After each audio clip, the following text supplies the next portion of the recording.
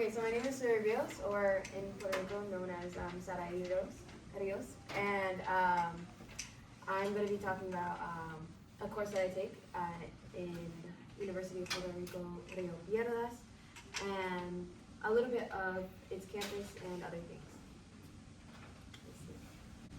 Okay, so the course that I take right now is Black Women in Puerto Rican Literature, and it discusses literature pieces which include plays, poems, essays, and books. But I'm only gonna, for a time period, I'm gonna talk about two things.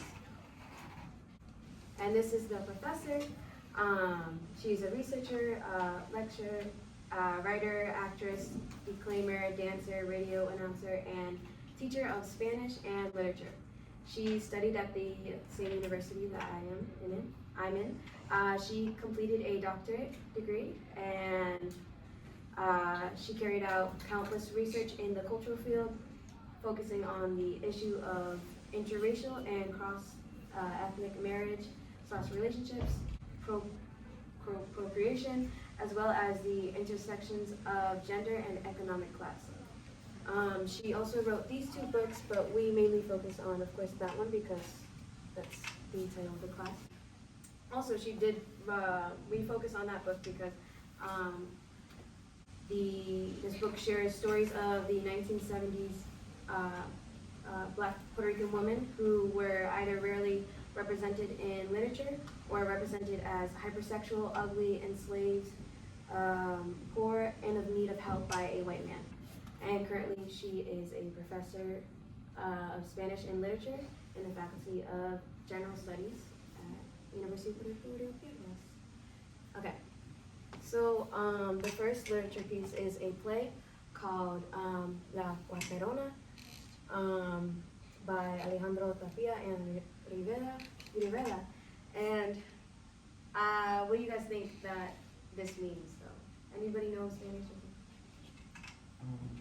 Or like get it like a hint. I put some clues on here. It's the something. The singer. No, it's like The she's dancer. like a quarter. Yes. Of, Quarter black. quarter Yes. black. She's quarter black.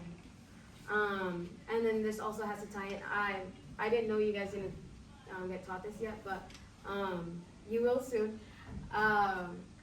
This ties in with the one drop rule, which is basically like if you have even like a drop of African blood in you, some people do still get discriminated against, even if you don't look black.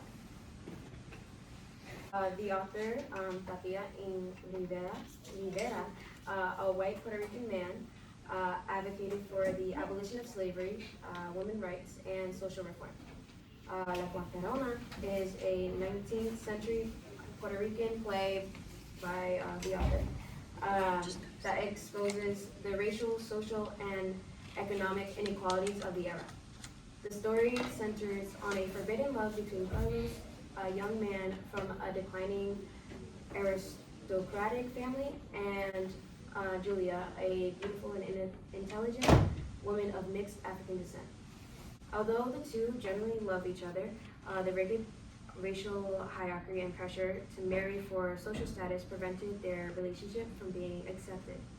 Carlos' family insists he marry a wealthy white woman named Amelia to restore their economic stability, and Julia is rejected as an appropriate choice for Carlos because she's rejected because of her race and the fact that her mother was an enslaved woman. As the plot unfolds, secrets about family lineage and hidden paternity reveal the deep hypocrisy on the elite class. Ultimately, the lovers are torn apart, and the play ends in tragedy, highlighting how racism and classism destroy not only relationships but entire lives. But also, La Cuarterona, Julia, as you may know, a quarter black, and her mother is a slave, and her father is the father of the rich white woman. So that's what the secrets that were told at the end of the play. And so basically they were like judging her the whole time. Meanwhile, they're family, and the tragedy that happens towards the end of the play is Julia kills herself by drinking a lot of or swallowing a lot of medicine. Overall, La Cuaterona critiques the colonial social order and forces the audience to confront the cruelty and prejudice, cruelty of prejudice, the illusion of racial purity, the suffering caused by valuing status over humanity. And also, the reason why she's quarter black is because this also ties in with like Puerto Rican history. Maybe here too. Throughout history, black women were told to marry a white man and have babies with a white man to have more, so the baby can be more white, and they look more white presented. Yeah. The next piece of literature is a chapter of a book that I was assigned to read, that I'm currently reading, and it's a book called Capaprito by I'm definitely saying her name wrong. Yvonne Dennis Rosario, an Afro-Puerto Rican woman who is a screenwriter, novelist, poet, professor, and more. She is recognized for her work in making Afro-descendant history and culture visible in Puerto Rico. In her writings and lectures, she has expressed the need to recognize the value Blackness as an essential part of Puerto Rican identity. Her work has been translated in several languages, expanding its impact beyond Puerto Rico. The book titled Capaprito is the name of a native tree to the Caribbean, known for its dark, strong, and durable wood. It's a natural symbol of strength and protection. However, the symbolic meaning in this literature piece is that the tree represents the Afro-Puerto Rican people, just as the Capaprito resists storms, time, and being cut down. Black communities in Puerto Rico have resisted centuries of racism, slavery, and invisibility. Yet they remain deeply rooted in the island's history and identity. It was also the name of the first secret society founded by Ramon Emeterio Bentances, which I don't think you guys learned about maroon societies yet, but you will soon. But yeah, and the chapter that I read is called Ama de Leche. Do any of you want to guess what that is? Milk. What was it? Milk. What was it?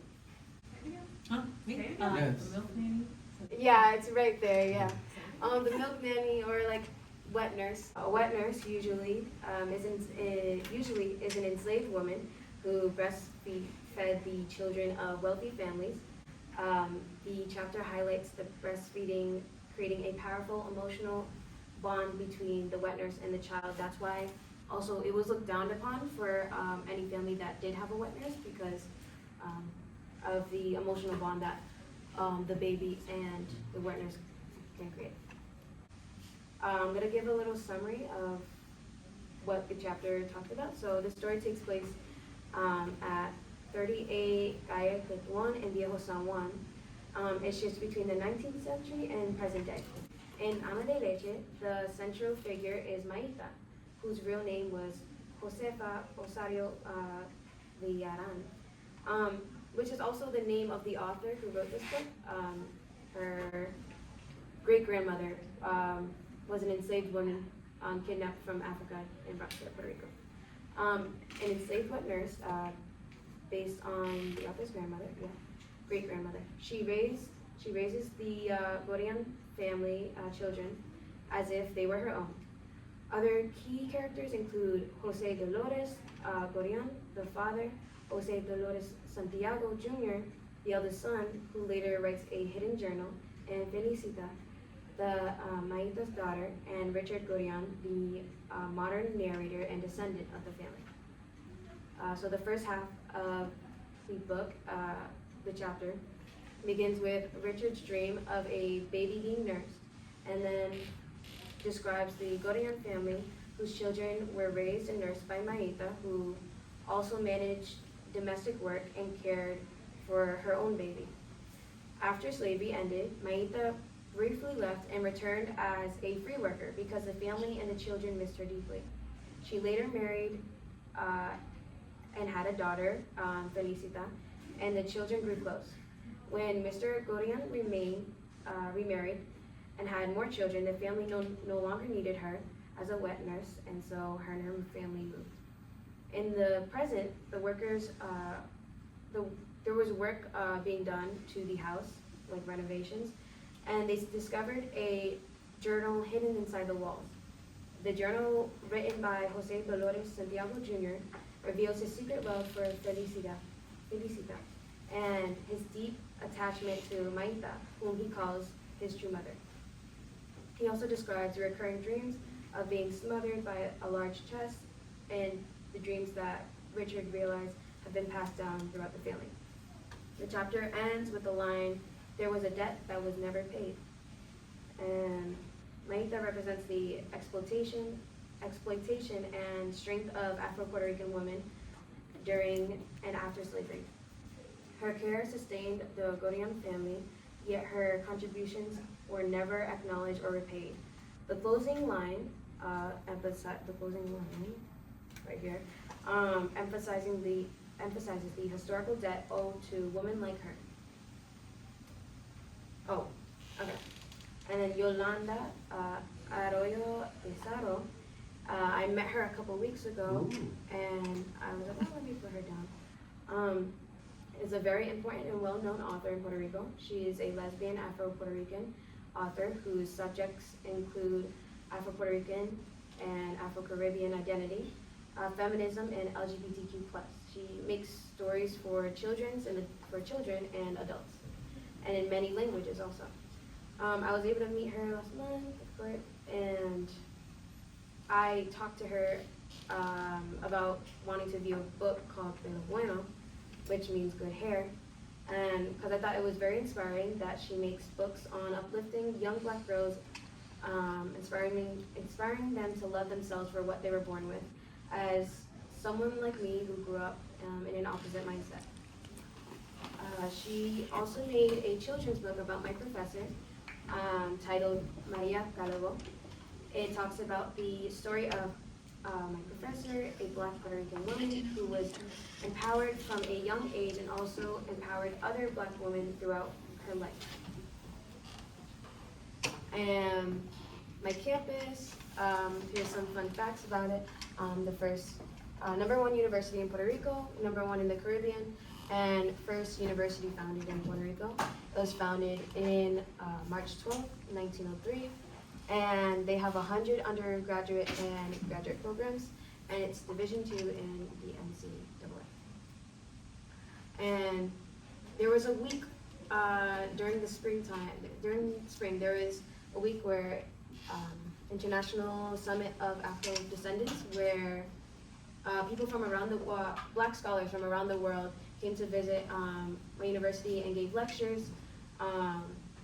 And there'd be people from like Jamaica, Cuba, Haiti, from the States, and from like South America, and from Spain, and from Africa too.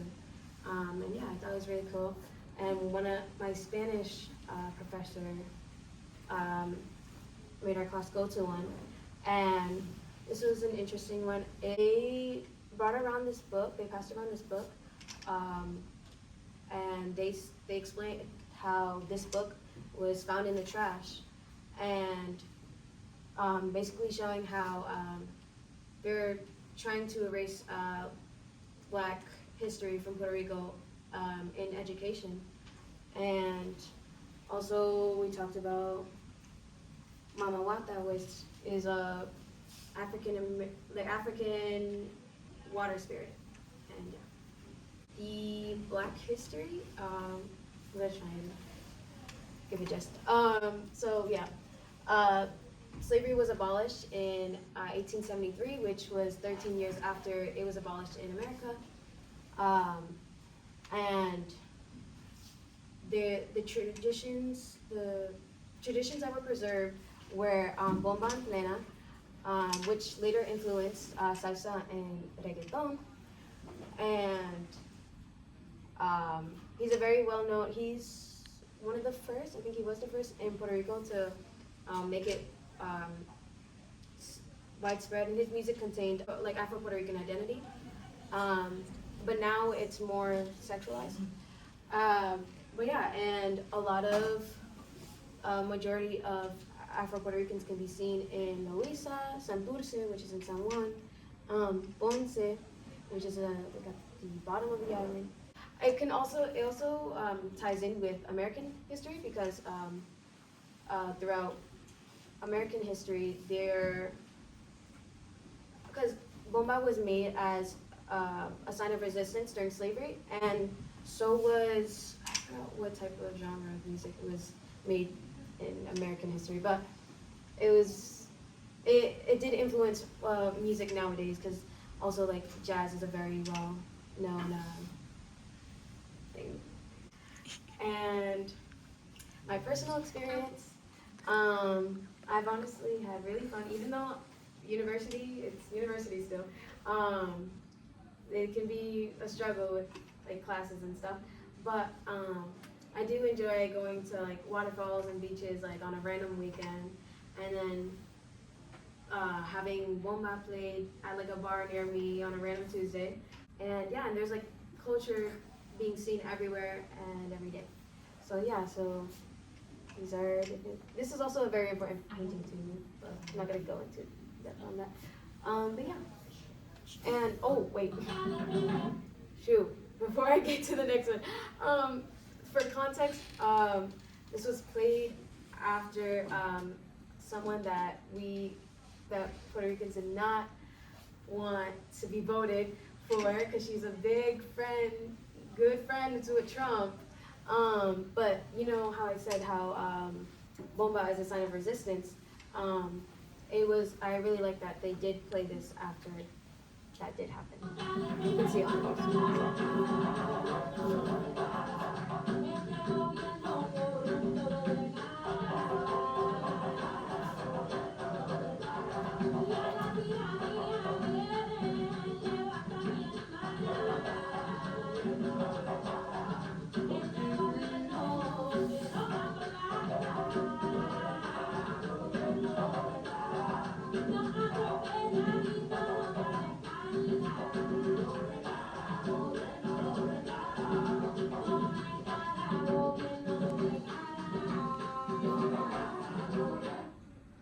but basically they're talking about the government and how it's destroying our land, and how our brothers and sisters need to rise and speak up. And so he's African American from LA who studies in Puerto Rico too. He studies in the UPR system, but in Mayagüez, which is on the other side of the island. And, really? Yeah. And he really enjoys Puerto Rico. If you want to view him, and like if you're ever interested in maybe going to study in Puerto Rico, it's very cheap, guys. Then maybe have a look, like check him out. I did message him, and he messaged me today, which is too late, but it's whatever. But yeah, I asked if I could just show his content. Yeah, you don't have to be with this. You don't have to be fluent, but you have to know a good amount. But because people will help you in classes. Like I'm not fully fluent, so I've had like friends help me, or like professors. Like some professors would make my exams in English, and so thank you.